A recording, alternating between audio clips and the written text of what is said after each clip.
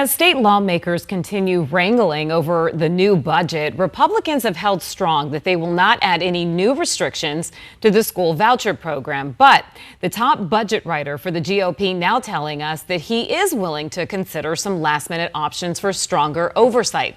Our Joe Dana explains why Senator John Kavanagh is opening that door.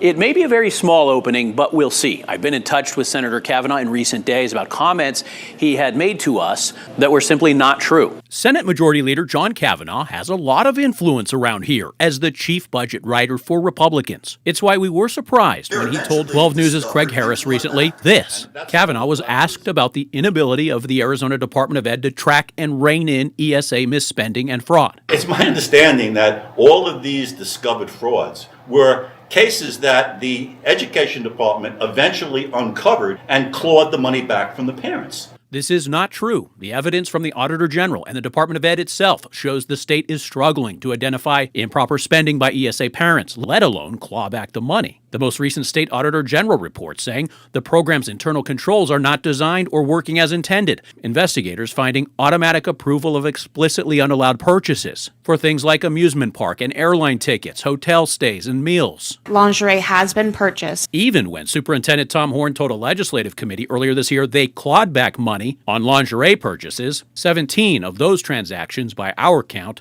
we're getting the money back. Horn's office later admitted they really didn't get that money back, only after we pressed them to show proof. And what about the need to fund more ESA oversight staff? Kavanagh told us it's not needed because most work they do is at either the beginning or end of the year. After that bubble goes away, what do? Play computer games until the end of the year? So we have enough to do it. The reality? For 3 years, leaders inside and out of the Department of Ed say they desperately need more administrators. The very official in charge of the ESA program, John Ward, told lawmakers last year their very small staff is always in survival mode. It was so bad they put into place the controversial policy to automatically pass through all purchases under $2,000 with no review.